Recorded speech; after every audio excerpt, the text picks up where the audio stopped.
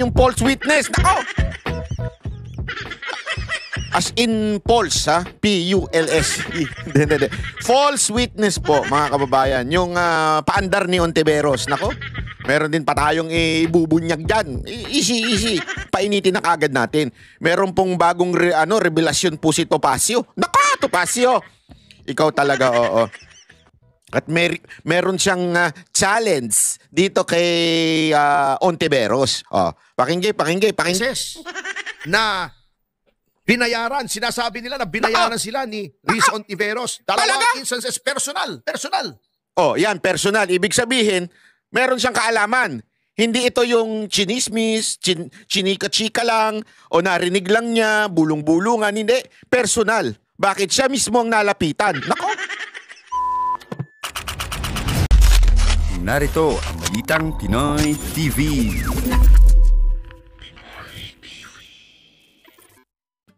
Magandang araw po sa inyo lahat. Ako po si Banat Bay at ito na nga pag-usapan natin mga may init na issue. Naka ba? Ang dami ho na mga may init na issue. Halimbawa na dyan yung impeachment. Naku, talaga nag-iinit. May bagong tayong update. At syempre pag-usapan din natin yung false witness. Nako! As in false, ha? P-U-L-S-E. Hindi. False witness po, mga kababayan. Yung paandar ni Ontiveros. Nako, meron din pa tayong ibubunyag dyan. Easy. Pero bago po mangyari ang mga ganyang klaseng usapan, ulitin lang po natin, ha, mga kababayan. Baka naman pwede mag-subscribe na po kayo kasi sa mga nanonood, 52% hindi nakasubscribe. Pero alam nyo, ha, nakita ko yung statistics, ha. Medyo umaangat na po ito. Marami na po ang nanonood na nakasubscribe. Pero kung maaari pa, yung iba pa, yung remaining na nanonood, baka naman pwede hong tayo mag-subscribe. Okay. Ito na nga, pag-usapan na po natin, painitin na kagad natin. Meron pong bagong revelasyon po si Topacio. Nako, Topacio! Ikaw talaga, oo. At meron siyang challenge dito kay Ontiveros. Pakinggan, ha? Katulad yan si Riz Ontiveros. Diba, may lumabas na witness na siya daw ay binayaran para siya ay mag-testify kay Apollo Kibuloy. Laban kay Pastor Apollo Kibuloy. Alam niyo po, hindi na po ako nagugulat dyan eh. Kasi ako personal, nakausap kami. Sandali. Bago mo ituloy, para medyo mag-relax tayo, ito, alam niyo ito ginagamit ko. Ano to, inhaler galing sa Thailand. Hindi po ito sponsor, ha. Baka kala nyo yung sponsor. Kasi marami na akong ginagamit na inhaler, iba-iba. Merong ganito. Kaya, ayan, inhaler. Alam mo naman tayo, nagpapabudol din tayo sa TikTok. Sa TikTok lang. Sa politika, hindi tayo papabudol. Meron tayong ganito, lavender, pampatulog naman ito, di ba? Ito, medyo sakto lang. Ito, matapang. Parang si Rodrigo Roa Duterte ito, tsaka si Inday Sara. Ito kasi, parang si Marcos, mahinang nilalang, at saka si Atty. Claire. Na-connect pa hayop. Kaya add to cart na ngayon nandiyan sa yellow basket. Hindi, wala po yellow basket dito sa YouTube. Pero parang meron product placement dyan. Hindi ko alam ano meron doon. Witnesses na binayaran, sinasabi nila na binayaran sila ni Riz Ontiveros. Dalawang instances, personal. Yan, personal. Ibig sabihin, meron siyang kaalaman. Hindi ito yung chinismis, chinika-chika lang, o narinig lang niya, bulong-bulungan. Hindi, personal. Bakit siya mismo ang nalapitan? Nako! Ito talaga, yari na. Kausap ko unang-una, yung kay Kian. Yung kay Kian naman yung mga pulis. Yung kay Kian, yung may ganon, yung meron silang painting na nakaganon yung bata, si Kian. Ayoko na lang magsalita, pero meron sa akin nagsabi, ayoko na lang sabihin, siyempre, baka patay na po yung tao. Si Kian! Ganun kagad yung sabi sa akin, si Kian! Kilala dito sa amin niya. Ganun ang kagad sa akin, sabi ko, patay na yung tao, ikaw naman. Basta, si Kian! Yun ang kagad na sabi sa akin. Sabi naman ito, kaya nga dito, tingnan mo. Talaga naman kung may kasalanan, karapat-rapat naman talagang ma-convict. May justice. May justice. Pero noong una, lumapit po sa amin ni Congressman Jing Paras. Ayan, buhay na testigo ni Congressman Jing. So, dalawa silang nilapitan. Pwedeng siyang pasinungalingan ni Jing Paras. Yung tatay ng isang bata, nagre-reklamo, minor ito ha. Minor. Kinuha daw yung anak niya sa kanya ng walang pahintulot. Nako, dapat dyan, kidnapping. Kinuha ng walang pahintulot, minor. Abay, mahilig pala ito sa minor si Ontiveros. Di umano, allegedly. Sabi ni Topacio, hindi ako. Nililinaw lang natin. Luis Ontiveros. Oh. So lumapit kami sa CIDG. Kasama namin yung tatay, nagreklamo. Kaya Atay! yan, kasama yung isang opisyal ng CIDG. Kasama yung VACC o yung Volunteers Against Crime and Corruption. Kasama si dating Congressman Jing Paras. Pumunta Nako! kami sa Senado para kausapin si Senator Risa Ontiveros. Natakot yata nung nalaman may CIDG. Hindi kami hinarap, wala daw. Sabi noong staff niya. Although, sabi ng mga tao roon, nandun daw. Hindi Naku na po. namin pinili, siyempre. Ayaw naman nating bastusin yun, senador yun eh. So pinuntahan pa sa Senado. Ito, sabihin, ito'y talaga, first-hand information. Ibig sabihin, talagang may hakbang sila. Pinuntahan pa nila si Ontiveros doon sa Senado dahil nga yung minor ay, naku po, grabe ang ginawa. Hindi, sandali. Hindi ginawang Ibig sabihin yung kinuha na walang pahintulot para maging witness.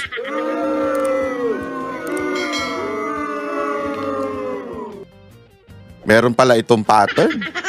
Ano ba ang tawag doon sa mga may pattern? Hindi, yung may mga pattern, di ba sa Amerika, mga napapanood natin sa pelikula, anong tawag doon? Yung kunwari, may pattern siyang pumapatay ng tao. Anong tawag doon? Serial killer. Ibig sabihin, may pattern. Paano kaya kung may pattern, magtanim ng witness? Anong tawag doon? Serial witness. Planting. O baka naman na serial liar, pwede rin. O serial kidnapper, pwede rin. Hindi natin alam, pero Ontiveros, kailangan mo nang sagutin ito kasi ito mismo si Topacio, abogado. O, kaya nga may dare siya sa dulo. Tingnan ninyo yung dare niya sa dulo, ha? Senator of the Republic. That's number 1, ha? Number 2, yung sa Farmally. Di ba, hinarap namin sa media. Yung Nako. isang witness na sinabi, binigyan siya ng pera, binigyan siya ng e-bike ni Risa Ontiveros sa Binigyan ng pera, binigyan ng e-bike? Maging witness? Ano kaya e-bike yun? Ducati kaya yun? Kasi lintik yung presyo ng e-bike ng Ducati, ha? Nakakita ko. Grabe. Dinaig pa ang big bike. Hindi. Pero ano kayang e-bike yun? Baka naman yung e-bike na tigga 20 mil lang ang binigay sa inyo. noong abogada na connected kay Risa Ontiveros, miyembro ng kanyang staff. Ayan, nasa akin pa yung video. Nandyan pa rin sa online yung testigo yun, yung video ng testigo. Talaga? Hindi na may pagkakaila yun. Naku po, patay tayo dyan. Yung kay Kian, nandyan pa rin po online pag niresearch Naku po! nyo. Kaya Naku! etong lumabas pong testigo na nagsasabing binayaran na naman siya Naku po. ni Senator Risa Ontiveros Naku! para magtestigo laban kay Pastor Apollo Kibuloy. Nayari. Strike 3 na yan. Strike Kay 3. Risa Ontiveros.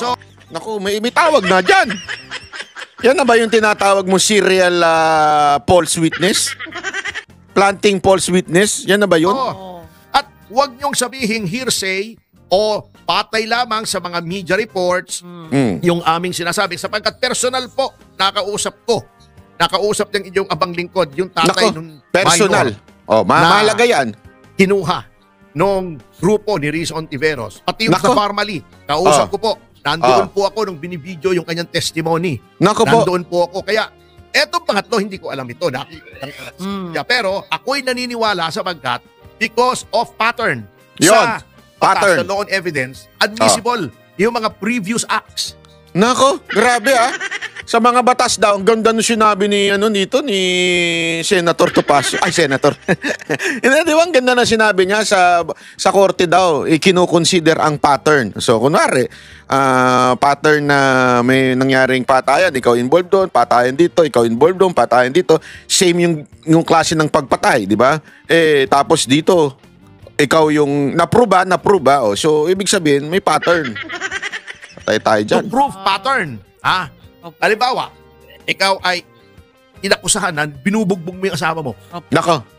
Yung binubugbog mo yung girlfriend mo. Okay. Naka- Maglalabas ng Mag-girlfriend ka pa, bubugbugin mo naman. Na sinabi, nabugbog din po ako. Hindi yun pwedeng ebidensya na guilty siya na binugbog niya yung kasalukuyan niyang girlfriend. Okay. Pero, evidence yun to show pattern. Pattern of behavior. At ang pattern po ng behavior ni Risa Ontiveros ay talagang mahilig po siyang magbayad ng testigo. At dapat po yan ay imbestigahan ng Ethics Committee ng Senado.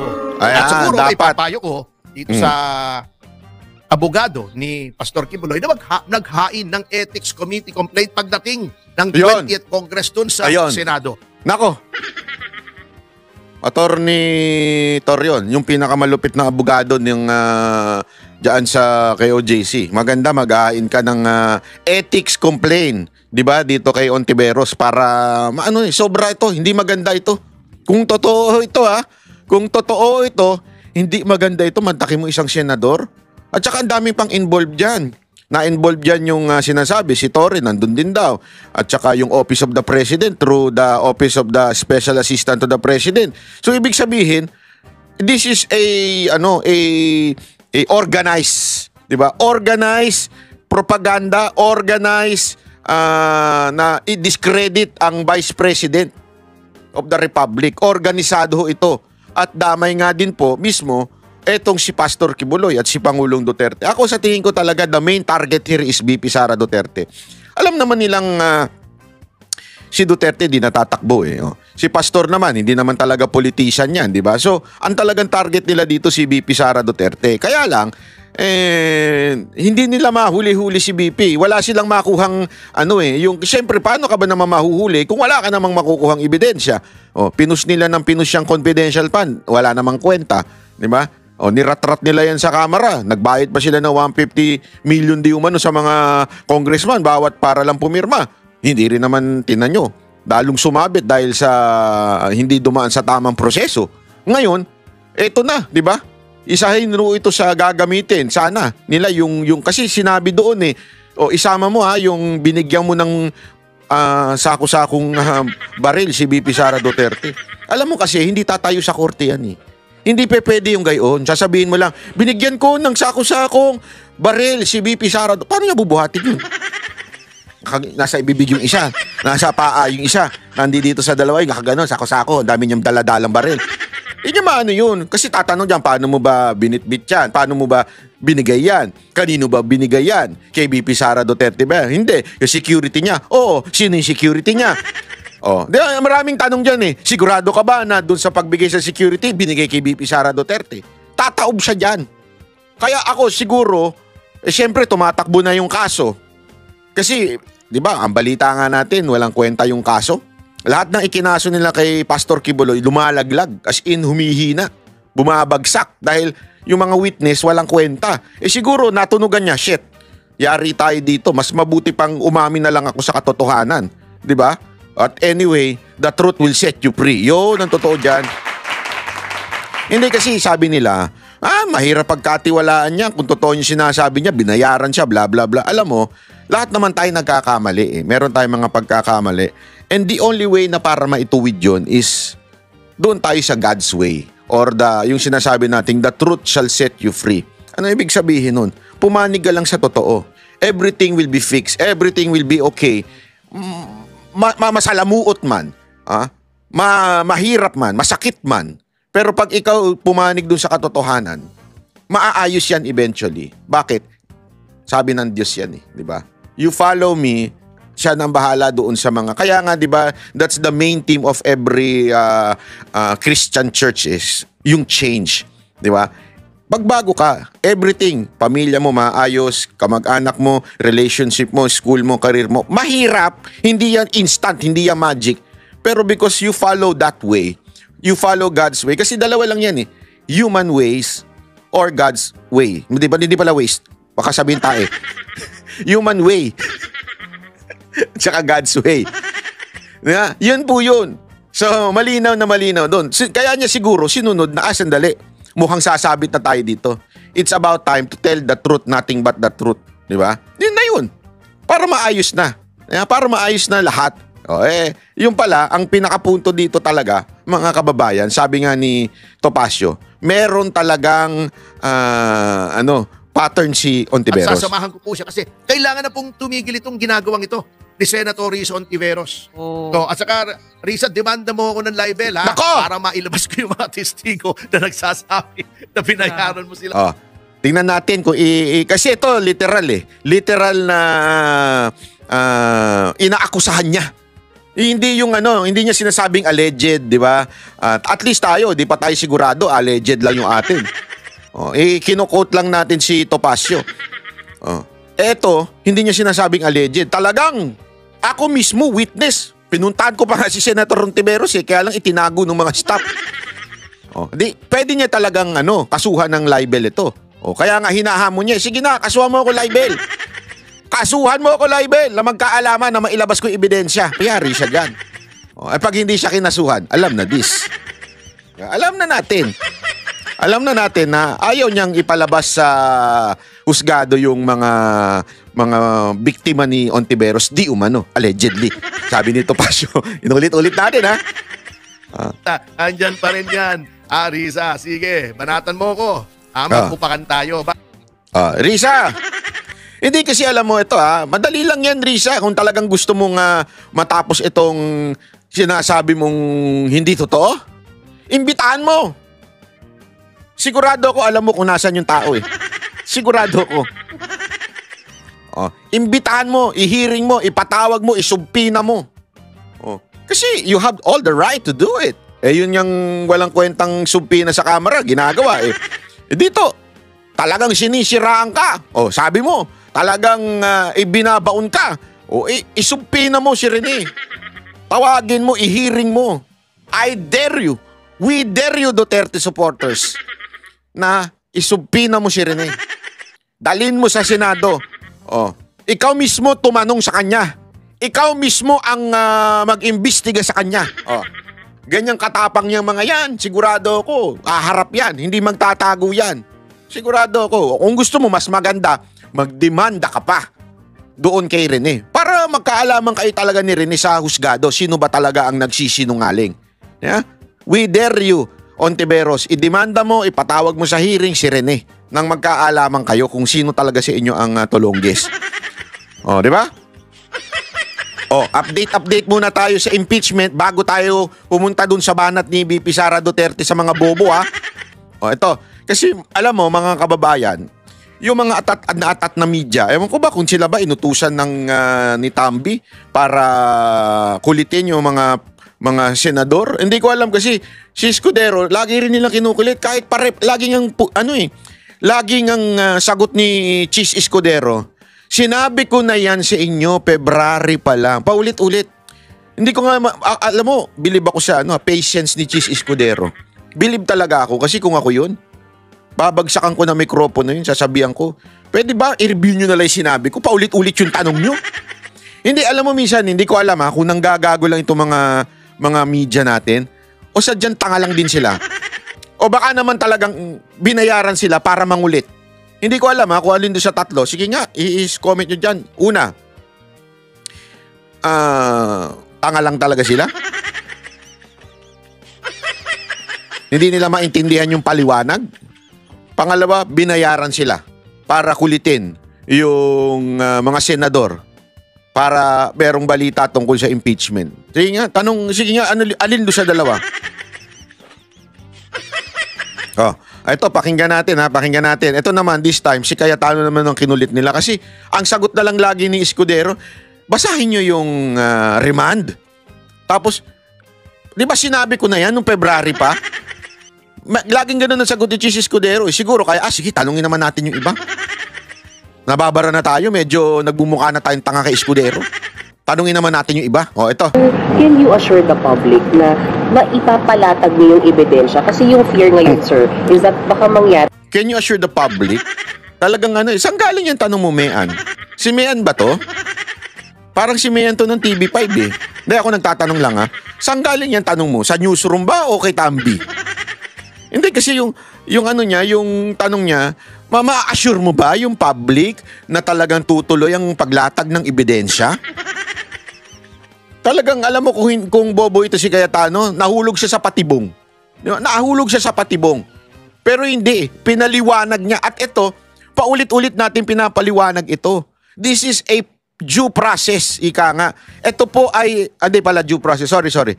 This is the process pagdating sa hearing. Lahat ng cases, ganito ang proseso. Sabi ko nga, alam ko nga yan. Kasi nga po, di ba, nahaharap tayo sa ilang demanda. So alam ko yung proseso sa pagdinig. Hindi ko maintindihan, sadyang tanga lang ba talaga yung mga media? O binayaran ni Tambi? Ako nagtatanong lang pwede kayong sumangot mga media. Tanga lang ba talaga kayo? At hindi nyo alam o binayaran kayo ni Tambi para magkaroon ng mistake itong mga senador. Buti na lang matatalino yung senador natin, di katulad ng mga nasa kamera. na pagka-convene, ma-dismiss agad. Kasi it's something na option ng defensor, di ba? Pwede lang ilatag and then you will vote. And then, ang thinking kasi, sir, possible na pag nagkaroon ng majority vote, ma-dismiss agad. Or can you assure us na... Well, dun nga, Bakit gusto mo ng assurance? Parang gusto mo talagang matuloy, ano? Yan ba sabi sa iyo ng amo mo na may-ari ng TV5? Hindi, ako nagtatanong lang, ayaw nyo ba si Duterte? Sagabal ba sa negosyo? Hindi, ako nagtatanong lang ako. Ito yung mga tanong lang naman. kasi because of yung what we should, nalito nung ibang legal luminaries ang publiko na ang uunahin ay yung ebidensya. Ang uunahin mo parati ay jurisdiction. Ano ba ang basihan ni Senator Bato nung sinabi niyang i-dismiss? Kasi daw unconstitutional kasi more than one impeachment filed in a year. So kahit saan korte, bago mo ipalatag yung ebidensya, titignan mo muna may jurisdiction ba yung korte na yan o hindi. So I can only assure the public na aabot tayo sa ebidensya if the whole impeachment court says na wala tong fatal constitutional defect that takes out jurisdiction from the court. Diba? So hindi pa pwedeng, ipakita mo muna lahat ng ebidensya mo kay VP Sara, saka natin tignan kung may jurisdiction o hindi. So yun yung una yung i-resolve, sir. You can Ala, paulit-ulit ang tanong! Minsan hindi ko talaga magets Sorry ayokong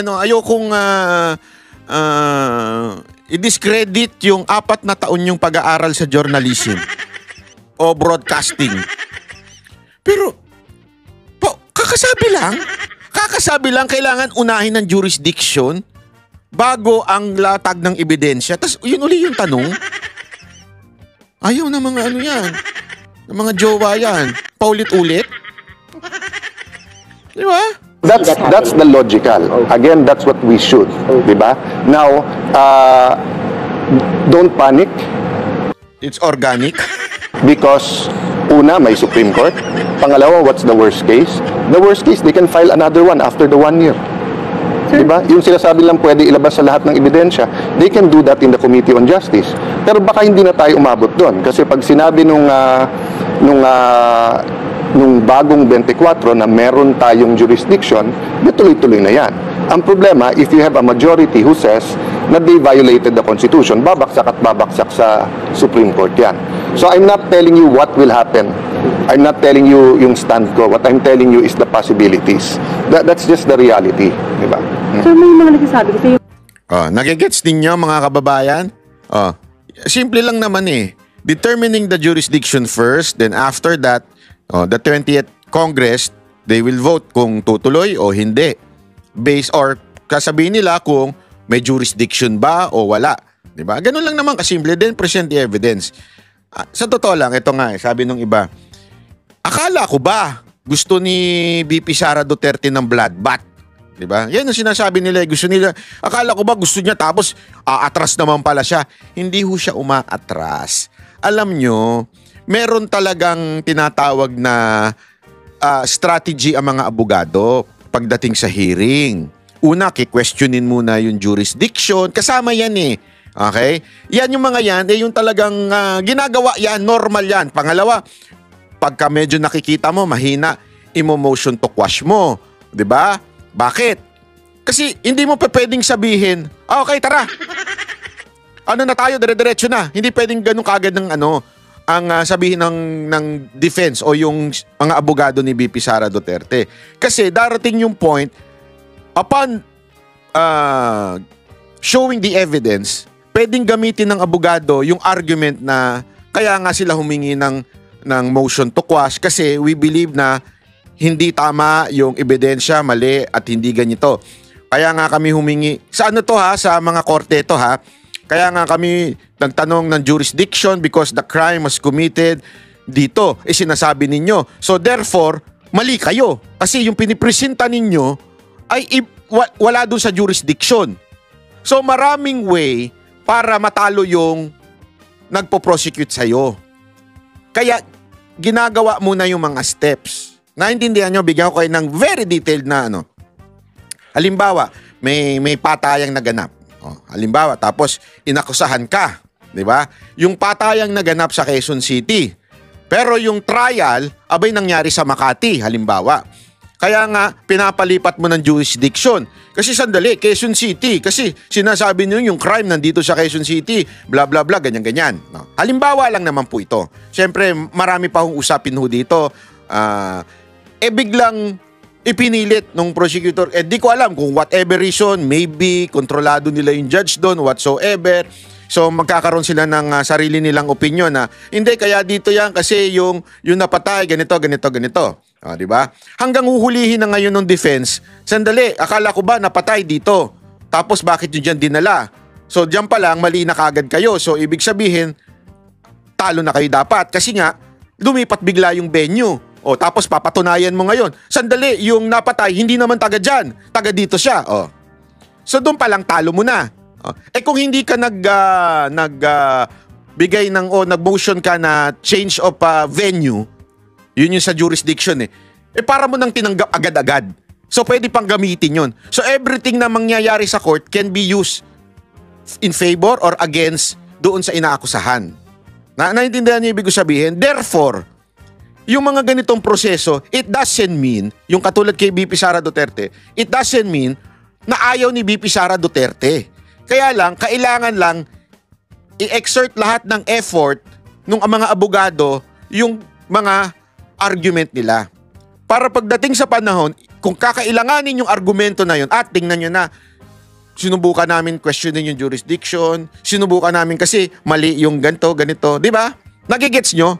Hindi ibig sabihin na takot na si BP Sara Duterte. Yung iba kasi tatanga-tanga Lalo na yung mga tanso, tsaka mga pinklawa, lalo na yung mga walk-in inam nyo. Hindi kasi mga walk-in inam, sunod-sunuran lang sila sa sa dikta ng mga tanga nilang mga politiko. Mga cases na hindi nalabag yung 1-year bar rule dahil mag-take effect lang yung impeachment once na introduce sa Committee on Justice na report. Klaro yun. Klaro na kapag maraming final na impeachment tapos dumating sa Committee on Justice, pwedeng magbotohan ng House tapos i-consolidate o maglalabas sila ng kung ano yung articles of impeachment. Klaro din na pag may 1/3. Ang hindi klaro kasi in this case, hindi nila pinagalaw yung tatlo So ang question, did they violate their own rules? Kasi yung meron sa Constitution, very clear na legal maxim to na what you cannot do directly, you cannot do indirectly. 'Di ba? So maraming nagsasabi, paano 'yon? So kung 10 ang mag-file, wag mo na lang paggalawin, hintayin mo yung gusto mo. Kasi ano ba yung 1-year ban? It was to prevent harassment doon sa impeachable officer para hindi na lang buong taon ng buong term niya. So kung ombudsman yan, COA, 7 years yan. Kung yan ay justice ng Supreme Court, hanggang mag-70 siya. Kung yan ay vice president o president, 6 years. So nilagay yung safeguard na yan para sa isang taon, isa lang ang haharapin mo. Ang ganda ng paliwanag di ba? Kasi ginigipit na naman siya ng media na parang, so paano yan? Sa next year na pwedeng impeach. Ano yan? Talagang gustong-gusto nila. Ba't di nyo nalang sabihin? Gusto talaga namin siya ma-impeach Pwede ba? Pwede ba kami mag-request na impeach nyo na? Diretsuhin nyo na lang. Ang dami nyo pang paligoy-ligoy. So paano yan? Ayan na pinapaliwanag Kaya nga may safeguard sa batas Isipin mo na lang kung walang 1-year ban sa impeachment. So yung presidente, pwede mo impeachan ng 100. Kasi daming kasinungalingan yan So 100 na impeachment. So wala nang gagawin yung presidente kung hindi harapin ng lahat niya mga yan. Hindi napagod yung presidente. Pagod na nga. Mukha na lang taas kapagurin nyo pa. Di ba? Puyat na nga yun isipin nyo, puyat na puyat siya. 5 oras lang ang kanyang tulog. Paano niya kaya kinakaya yun? Gago! Paano niya kaya kinakaya yun? Ano ba mga pampagising? Hindi ako, ang pampagising ko lang, coffee lang, di ba? Coffee sa English, coffee sa Tagalog. Kaya, coffee lang, ayos na ako di ba? Yung iba, alam mo ko ano? Coke. Hindi, walang biro, Coke. Yun ang parang hindi ka makatulog. Andali, alinawin ko hindi cocaine Coke Zero. O kaya ordinary Coke kasi mataas ang sugar nun. So talaga magiging hyper ka nun. Tapos may caffeine pa yun. Coke linawin natin mga kababayan. Nung nakita natin nung panahon ni President Arroyo, ang ginagawa ng iba, magpa-file ng una na walang laman. So baliktad naman para naman ma-dismiss ka agad.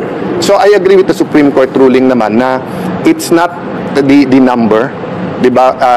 May yung sinabi ni Senator Risa, may time element diyan, but you also have to look at the process. That's why sinama natin dun sa ating motion na pag binalik sa Kongreso, hindi lang yung certification na hindi nila nilabag yung Constitution kasi conclusion 'yon.